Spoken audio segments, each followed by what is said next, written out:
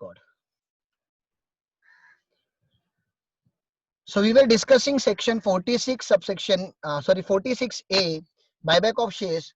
और buyback of shares में हमने बात की बायबैक जब लिस्टेड या अनलिस्टेड डोमेस्टिक कंपनी करती है, ओनली डोमेस्टिक कंपनी, तो tax will be paid by domestic company under section 115 QA क्वा, and therefore because company has already paid tax in the hands of shareholder, it will be exempt under section 1034A.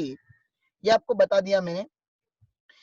But if there is a buyback by other companies or other entities like cooperative societies, foreign companies, तो क्या होगा, buyback और buyback of other securities, मतलब share छोड़ के कुछ और, share छोड़ के अगर कुछ और बायबैक होता है. पब्लिक बाहर गई थी, प्राजक्ता, विजय, चलो उनको वेलकम करते हैं हम लोग, ठीक है ना. तो क्या होगा, कंपनी बायबैक टैक्स नहीं भर रही है क्योंकि कंपनी तो आउटसाइड इंडिया है, फॉरेन कंपनी है. तो क्या होगा, इन्वेस्टर जो रहेंगे उनको टैक्स भरना पड़ेगा. सर उनको कैपिटल गेन भरना पड़ेगा 46A में, और वहां पे फिर फुल वैल्यू ऑफ कंसिडरेशन लिया जाएगा आपका बायबैक प्राइस. इतना मैंने आप लोगों को बता दिया, ठीक है ना. टेबल आप लोगों ने अपडेट कर दिया था क्या, टेबल, मेन टेबल 46A का टेबल आपने अपडेट कर दिया था क्या, ठीक है? नहीं किया तो चलो अभी करते हैं. तो देखो 46A आपको अभी स्क्रीन पे दिख रहा होगा मेन टेबल में, वो लिख दो प्लीज.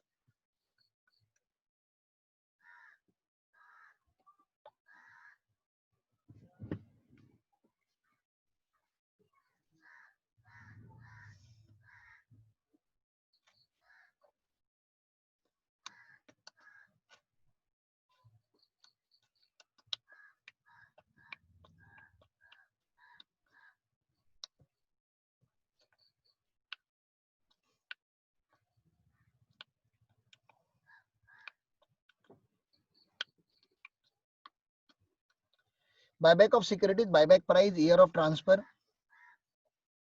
नोट नंबर सी में हमने बात कर ली. सेक्शन 50 और 50A जैसे दिख रहा है वैसे लिख लो, क्योंकि ये दोनों के दोनों मेरे पीजीबीपी में हो चुके हैं. याद नहीं आ रहा होगा तो सेक्शन 32 के जाके लेक्चर फिर से यूट्यूब पे देख लेना, ठीक है ना. ये पहला वाला जो सेक्शन 50 है वो बोलता है sale under WDV method, block method, और 50A जो बात करता है वो SLM मेथड की बात करता है. ये दोनों भी मैंने सेक्शन 32 डेप्रिसिएशन में पढ़ा दिया है, फिर से पढ़ाने की कोई जरूरत नहीं है. वो लेक्चर अगर आप लोगों ने देखा नहीं होगा ब्लॉक में सेल ऑफ असेट का, तो आपको कुछ नहीं समझेगा इन दोनों सेक्शन का. 50 50A वो देखना पड़ेगा आपको, जाके लिख लो. लेकिन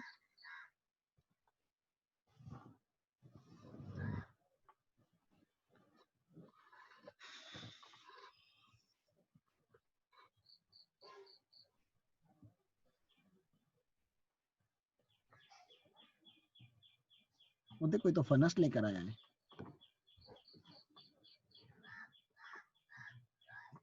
क्या नाम है उसका, वो 10th स्टैंडर्ड वाला स्टूडेंट हो.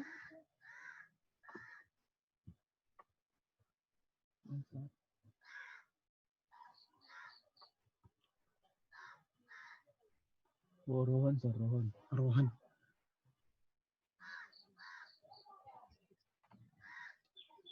झालं का? No.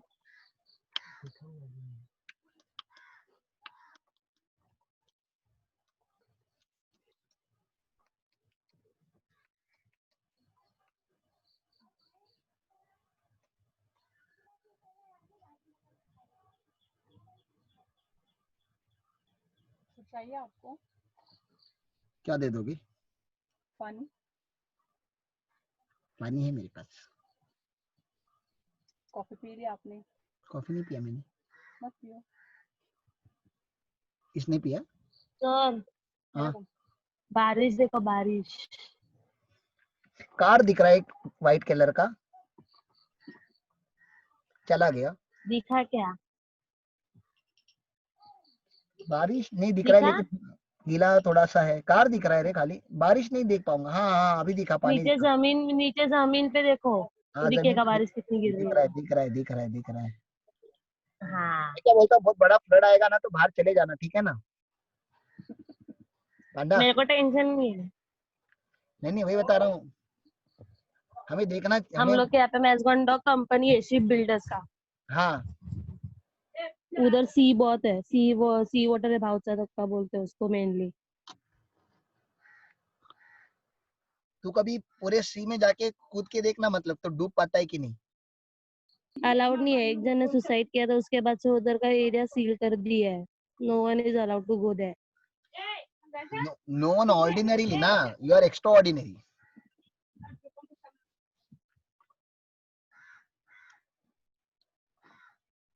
हाँ उर्मिला, वही तो मैं बता रहा हूँ, इसे इसे कौन रोकेगा। ये अपने आप में एक नेचुरल कैलामिटी है।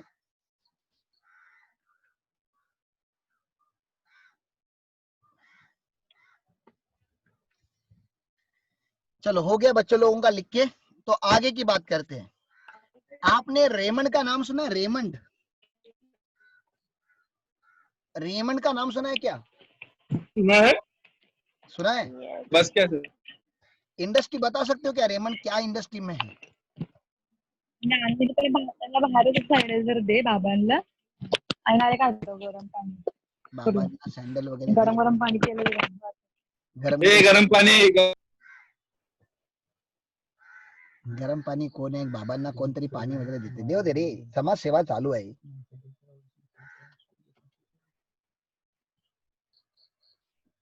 ये तुम लोगों को मेरा आवाज आ रहा है क्या? Raymond cloth. आ रहा है। हाँ तो मैं पूछ रहा था कि रेमंड कौन से इंडस्ट्री में है रे? क्लोथिंग। क्लोथिंग में है, गारमेंट में है, ठीक है ना, रेडीमेड गारमेंट में है। तो आपको क्या लगता है, रेमंड प्रॉफिटेबल कंपनी है या लॉस मेकिंग कंपनी है? What is your understanding? अभी लॉस में है। अभी लॉस में है।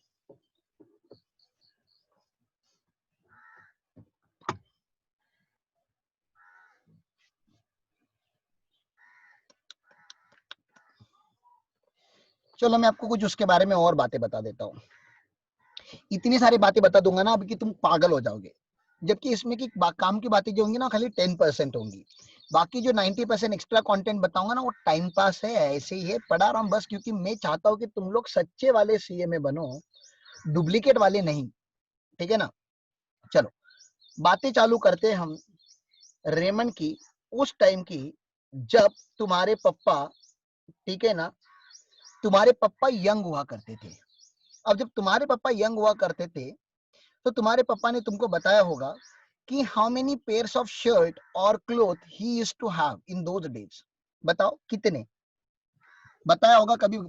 कभी तो घर वालों से बातें की होंगी आप लोगों ने, ठीक है ना। मम्मी पापा से कभी बैठ के बातें करो कि जब वो तुम्हारे एज के थे तो उनके पास कितने कपड़े हुआ करते थे, या वो 3 शॉपिंग to के 4 या तो वो शॉपिंग पे कितने फ्रिक्वेंटली जाते थे साल में? साल में एक बार, दिवाली में। साल में एक बार ही जाते थे, और कभी कभी थोड़ा अगर अमीर हो, थोड़ा मिडिल क्लास से थोड़ा ऊपर हो तो साल में 2 बार जाते थे, एक बर्थडे के दिन और एक दिवाली के दिन, ठीक है ना। तो साल में 1 या 2 ही बार शॉपिंग करते थे, और उनके पास गिन के ना 2 या 3 ही कपड़े होते थे, उससे ज्यादा कपड़े नहीं होते थे, ठीक है ना। तो रेमंड उस टाइम पे एग्जिस्ट करता था।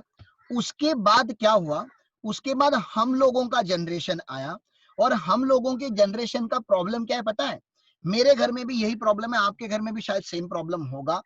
मेरे घर में 2 बड़े बड़े कबर्ड है, ठीक है ना, 2 बड़े बड़े कबर्ड, और कभी कभी मैं इस कबर्ड का दरवाजा ओपन करता हूँ तो कपड़े ऐसे नीचे गिरते हैं, दरवाजा ओपन करने के बाद कपड़े ऐसे नीचे गिरते हैं, और ये नीचे गिरे हुए कपड़ों को भी ना मैं मतलब देखने के बाद भी ऐसे सारे कपड़े में ऐसे ऊपर नीचे करके कभी कभी फ्रस्ट्रेट हो जाता हूँ, and I shout at my mother कि बग ना काय घालायला मला भेटतच नहीं है। तो मेरी माँ रिटर्न आती है और मुझे बताती है, बेटा तेरे पास कपड़े नहीं है, तो ये 2 कबर्ड में क्या रखा है तूने? तुम लोगों को समझ रहा है मैं क्या बता रहा हूँ?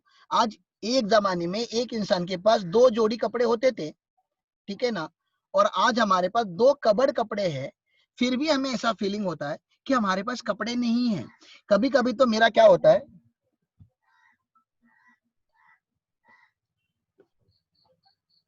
प्रवीण ओसिया को बोला ना गोविंद से बात करने के लिए, क्या बोलो, मैं लेक्चर में हूँ।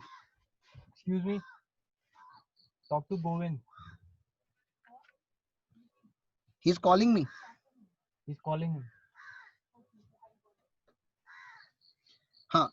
तो हमारा एक जनरेशन, कभी कभी मैं आपको बता रहा था मेरे साथ क्या होता है कि मैं कल्याण वगैरह लेक्चर के लिए निकल जाता हूँ घर से भाईंदर से, और भाईंदर से कल्याण जाने के लिए 3-3 घंटे का जर्नी लगता है, और कभी कभी मैं लेक्चर से इतना थक जाता हूँ कि रिटर्न घर पे जाने का मन नहीं करता, तो आई स्टे देयर ओनली, किसी मतलब रिलेटिव के घर पे, कभी किसी फ्रेंड के घर पे रुक जाता हूँ। तो सेकेंड डे तो सेम कपड़े रिटर्न नए पहन के, मतलब वही कपड़े पहन के जाने के लिए अच्छा नहीं लगता, तो I just go to the shop and purchase cloth. आप समझ रहे हो कितना फ्रिक्वेंटली हम कपड़े परचेस करते हैं, मतलब ज्यादा सोचते नहीं है ना। कमाना जब चालू हो जाता है तो शॉपिंग करने के टाइम पे ज्यादा सोचा नहीं जाता, वी जस्ट बाय क्लोथ्स, ठीक है ना। हम कभी कभी 1 या 2 जीन्स लेने मॉल में चले जाते हैं और आने के टाइम पे कभी कभी 2-2 कैरी बैग भर के लेकर आते हैं। तो रेमंड ने उस टाइम पे बिजनेस किया था जब आपके पप्पा यंग थे, बहुत पुरानी कंपनी में बता रहा हूँ, और फिर हमारी जनरेशन आई, पूरे 2-2 कबड़ की बातें आपको बता रहा हूँ मैं। एक बात तो पक्का है, गारमेंट इंडस्ट्री का ग्रोथ हुआ इंडिया में लास्ट 20-30 ईयर्स में। Do you agree with this? Garment industry has grown very fast. Yes. Yeah, it has grown very fast, and therefore Raymond has made a huge profit. Huge मतलब huge profit. अब ना लोगों को दो तरीके की बातें ना डाइजेस्ट नहीं होती, एक तो ह्यूज लॉस, लोगों को पागल होने करने के लिए दो बातें होती है, एक तो इनको बहुत बड़ा लॉस होता है, या तो बहुत ज्यादा प्रॉफिट होता है। आप ऐसे मत समझो कि मतलब बहुत ज्यादा लॉस होने के बाद ही लोग पागल हो जाते हैं, कुछ कुछ लोग बहुत ज्यादा प्रॉफिट होने के बाद भी पागल होते हैं। तो उन्होंने कभी इमेजिन भी नहीं किया था कि इंडिया में ऐसा मार्केट एग्जिस्ट करेगा, और वो मार्केट एग्जिस्ट कर गया, और रेमंड ने एक्सपोर्ट भी चालू किया हुआ है। इंडियन मार्केट, फॉरेन मार्केट, इतना पैसा कमाया उन्होंने, इतना पैसा कमाया उन्होंने इंडिया में, आप बिलीव नहीं करोगे, ठीक है ना, ह्यूज पैसा कमाया।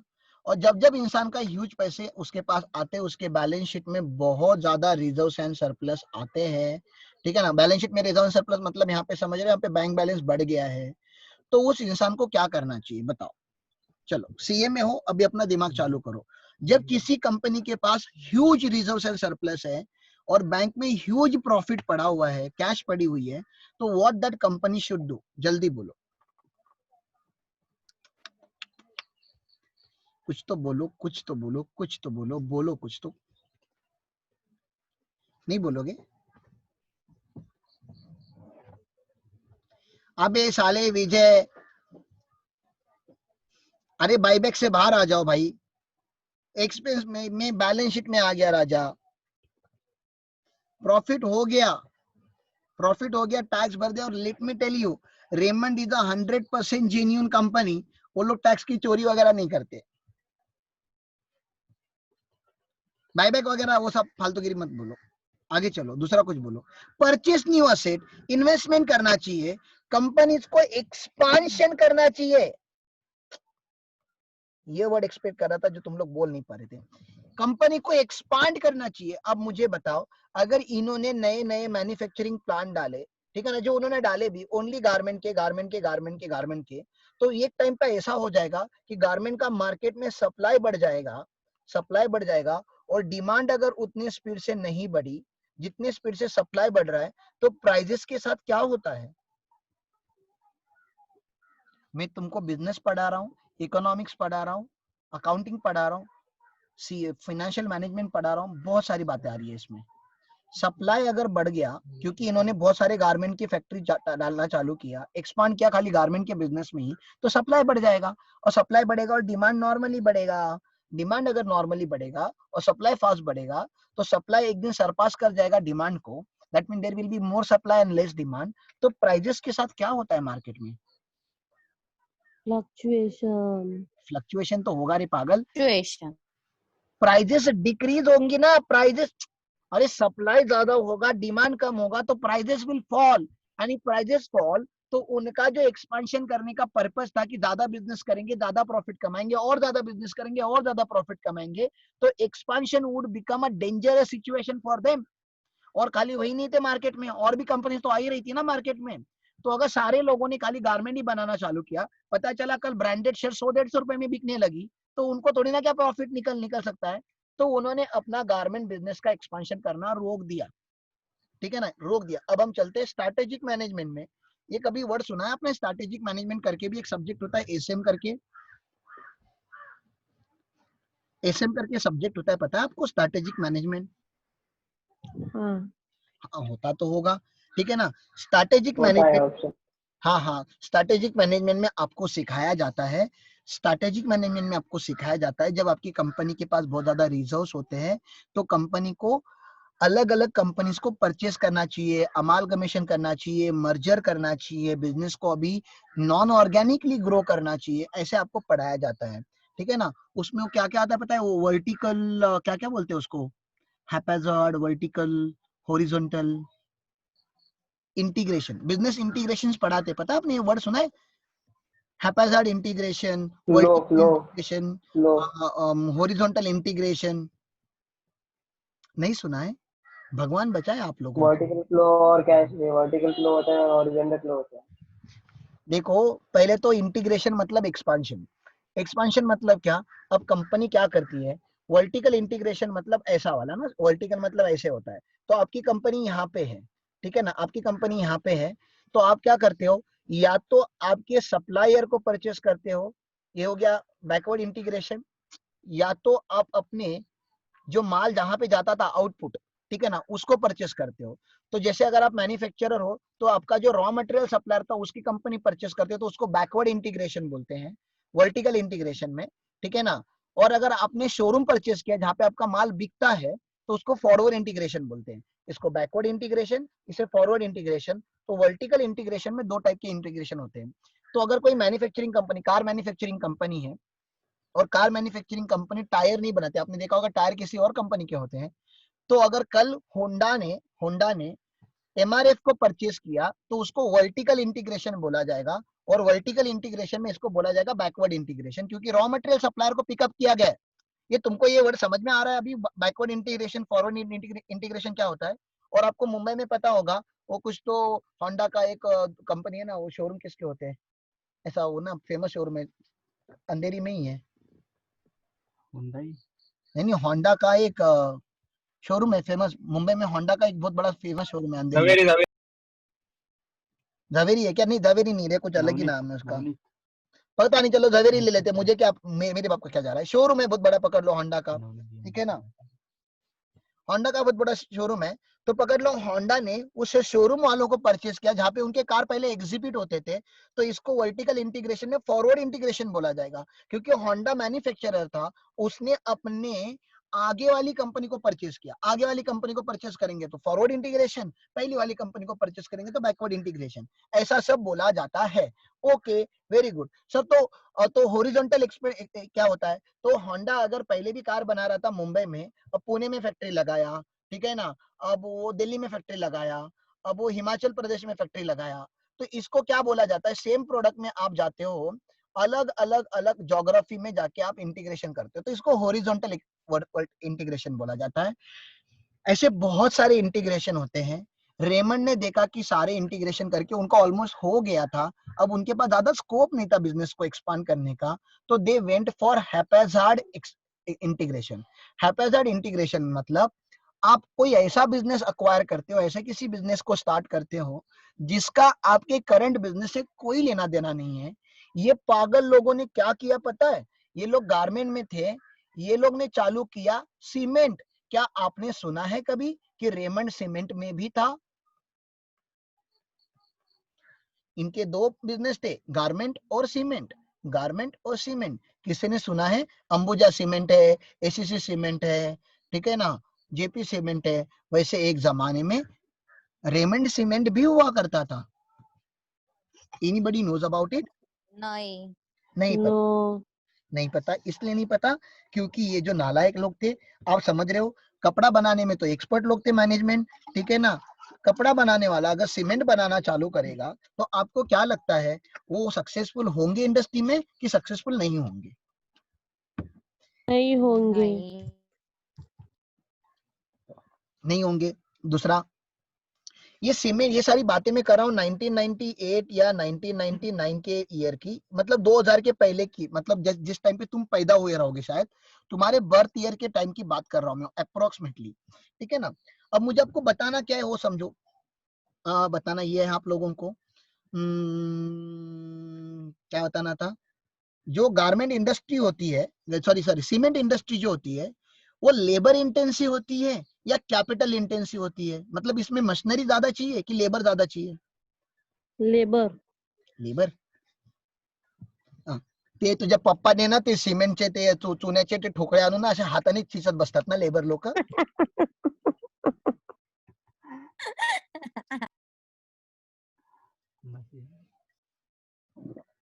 मशीन ज्यादा रहेंगे ना बे. हाँ हाँ. सीमेंट हाथ से तोड़ना क्या बनता है? और आपको पता है सीमेंट बनाने का जो रॉ मटेरियल होता है ना उसको लाइमस्टोन बोलते हैं. लाइमस्टोन, ठीक है ना. लाइमस्टोन मतलब जिसको हम बोलते हैं हिंदी में चूना, ठीक है ना. ये चूना वर्ड बोलने के टाइम पे ना मुझे बहुत संभालना पड़ता है अपने आप को, पता नहीं कुछ कुछ और निकल जाता है. तो लाइमस्टोन जो होता है ना, जैसे आयन जो बनता है, लोखंड जो बनता है वो आयन ओर से बनता है. आयन ओर जो होता है ना वो डिगिंग करके निकाला जाता है, उसको माइनिंग में से निकाला जाता है, कोल को माइनिंग में से निकाला जाता है. वैसे लाइमस्टोन माइनिंग में से नहीं निकाला जाता. लाइमस्टोन जो होता है वो पहाड़ों के ऊपर होता है, मतलब ये पहाड़ों के ऊपर होता है. तो इसको ना यहाँ पे ड्रिलिंग किया जाता है, ड्रिलिंग किया जाता है, ड्रिलिंग किया जाता है, और फिर इसके अंदर यहाँ पे डायनामाइट लगाया जाता है. डायनामाइट लगा के इसको ब्लास्ट किया जाता है. ब्लास्ट होने के बाद जो पत्थर बड़े बड़े निकलते हैं वो पत्थर को फिर फैक्ट्री में लाया जाता है और फिर उसमें से सीमेंट बनाया जाता है. मुझे बताना क्या है, इंडिया में 2000 के टाइम पे ब्लास्टिंग का लाइसेंस लेना इजी होगा कि डिफिकल्ट होगा? इजी होगा. ब्लास्टिंग का लाइसेंस इजी होगा. मिनिस्ट्री सर को तो व्हाट्सएप सर करोगे, होगा, मुझे ब्लास्टिंग का लाइसेंस चाहिए, मिल जाएगा. पाशा को मिलेगा. अरे कैसे लोग सर हो तुम? पाशा को मैं दिलवाएगी पाशा भाई, ब्लास्टिंग का पाशा भाई हो, लाइसेंस. पाशा भाई, पाशा, पाशा को मिलेगा. पाशा भाई है. पाशा, ये जो ब्लास्टिंग है ना ये रियल वाला ब्लास्टिंग है रे. जो तू आवाजें निकालते हैं ना वो वाला ब्लास्टिंग नहीं है ये. तो जो आवाज निकलता है ना उससे कागज हिलता होगा, ठीक है ना, मैक्सिमम. यहाँ माउंटेन ब्लास्ट करने की बात हो रही है पाशा, रियल ब्लास्टिंग की बात हो रही है. हाँ वो पाकिस्तान में है. सिद्धेश का पॉइंट भी बरोबर है. पाकिस्तान में ब्लास्टिंग का लाइसेंस मजाक मजाक में मिलता होगा, इंडिया में नहीं मिलता, बहुत डिफिकल्ट है. बहुत ही जेन्युइन कंपनीज को मिलता होगा, ठीक है ना. लाइसेंसिंग की बहुत रिक्वायरमेंट है, लेकिन रेमंड का अपना एक रेपुटेशन था मार्केट में और उनके अपने लीगल टीम वगैरह बहुत स्ट्रांग थी, तो उन्होंने गवर्नमेंट से ये लाइसेंस लिए, क्योंकि ये माइनिंग का अप्रूवल लेना पड़ता है, ब्लास्टिंग का लाइसेंस लेना पड़ता है, तो उन्होंने वो सब किया. सेकेंडली उन्होंने बोला कि हम इंडिया में ना लेटेस्ट टेक्नोलॉजी से सीमेंट बनाएंगे. हम ना नॉर्मल जो ट्रेडिशनल वैसे सीमेंट बनता था वैसे नहीं बनाएंगे. तो ये भाई साहब शायद अब फ्रांस या जर्मनी में चले गए और जर्मनी वगैरह से जो लेटेस्ट टेक्नोलॉजी होता है, ऑटोमेटेड टेक्नोलॉजी होता है, वो लेकर आए, जो जैसा टेक्नोलॉजी इंडिया में और किसी के पास था ही नहीं. तो एकदम भारी टेक्नोलॉजी लेकर आए. और आप समझो समझो अगर भारी टेक्नोलॉजी मैं खर्चा बता रहा हूँ आप लोगों को अलग अलग, क्यों ये लॉस मेकिंग चला गया. एक तो ये माउंटेन का लाइसेंसिंग लेने के लिए टाइम लगा, ब्लास्टिंग लाइसेंसिंग लेने के लिए टाइम चला गया. फिर इन्होंने जो मशीनरी लाया वो हाईली टेक्निकल लाया, इंपोर्टेड मशीनरी लाया जर्मनी से. इसको चलाने के लिए आप वो बिहार से, यूपी से, वेस्ट बंगाल से जो अनस्किल्ड लेबर आते हैं उनको नहीं रख सकते. आपको इंजीनियर्स वगैरह को रखने पड़ेंगे क्योंकि वो मशीनरी हैंडल करनी आनी चाहिए. तो स्किल्ड लेबर का पेमेंट बढ़ गया. और क्योंकि आपकी machinery itself is a technical machinery, उसके अलावा जो फैक्ट्री सेटअप वगैरह होता है वो भी टेक्निकल हो गया. और ये सब की चलते हुए बहुत ज्यादा उन्होंने पैसा, और पैसे की तो कमी थी नहीं इनके पास, पैसे तो बहुत सारे थे, तो पैसे लगाते जा रहे थे. लगाया पैसा, बहुत सारा पैसा लगाया. और पहले साल का जब इन्होंने प्रॉफिट एंड लॉस बनाया तो सीमेंट इंडस्ट्री में इनको दिखा घंटा प्रॉफिट और दिखा यहाँ पे ह्यूज लॉसेस. गारमेंट इंडस्ट्री में प्रॉफिट था तो टेंशन नहीं था. तो आप समझ रहे हो क्या हो रहा था. गारमेंट इंडस्ट्री प्रॉफिट कमा रहा था और सीमेंट इंडस्ट्री लॉस कमा रहा था. तो शेयर होल्डर के हाथ में नेट टू नेट कुछ नहीं आ रहा था, कुछ नहीं मिल रहा था शेयर होल्डर को, ठीक है ना. इनफैक्ट लॉस में भी 1-2 ईयर उन्होंने बुक किए. यहाँ प्रॉफिट जनरेट हो रहा है और यहाँ लॉस जनरेट हो रहा है. तो 1 साल हो गया. शेयर होल्डर ने भी वेट किया क्योंकि उस टाइम पे इंफ्रा इंडस्ट्री जो थी वो बहुत ग्रो हो रही थी. इंफ्रा इंडस्ट्री ग्रो हो रही थी, इसका मतलब इंफ्रा इंडस्ट्री का जो रॉ मटेरियल होता है सैंड, ठीक है ना. सैंड जो होता है वो ब्रांडेड नहीं होता, ठीक है ना. तो सैंड के बिजनेस में वो नहीं गए. दूसरा जो होता है वो होता है ब्रिक्स या स्टोन्स. ब्रिक्स और स्टोन भी ब्रांडेड नहीं होते तो वहां पे भी नहीं गए. तीसरा होता है स्टील. स्टील में पहले से बाप लोग जो थे, Tata steel, Mittal steel, JSW steel, वही स्ट्रगल कर रहे थे. तो रेमंड ने बोला मैं कहाँ अपना स्टील का कंपनी खोलूंगा, जो 100 साल से कंपनी चल रही है वो नहीं चल पा रही है. लेस देन 1 मिनट है, कभी भी लॉग आउट हो जाएगा, ठीक है ना. Fourth point, water. वाटर जो होता है वो बिस्लरी से कोई कंस्ट्रक्शन करता नहीं, तो ये सारी इंडस्ट्री में ये लोग गए नहीं। तो इनके पास जो इंडस्ट्री बचा था वो सीमेंट था, क्योंकि सीमेंट में तभी इतना कॉम्पिटिटिवनेस नहीं था जितना बाकी सारे एरिया में था, इसलिए इन्होंने सीमेंट सिलेक्ट किया था। और बाकी लोगों को सबको पता था इंफ्रा तो इंडिया का बढ़ेगा ही, अभी भी बढ़ ही रहा है, नए नए एयरपोर्ट आ रहे हैं, नए पोर्ट आ रहे हैं, नई रोड्स बन रहे हैं, तो उसमें तो सीमेंट तो लगना ही है। तो they chose the right industry but their strategy went wrong, और उन्होंने बहुत सारा लॉस बनाया ईयर 1 में, ईयर 2 में, ईयर 3 में, ईयर 4 में शेयर होल्डर फ्रस्ट्रेट हो गए और बोला हरामी लोगों, ये कंपनी बंद करो, ये सीमेंट डिवीजन बंद करो, we are already profit making company, there are companies in the industry who are struggling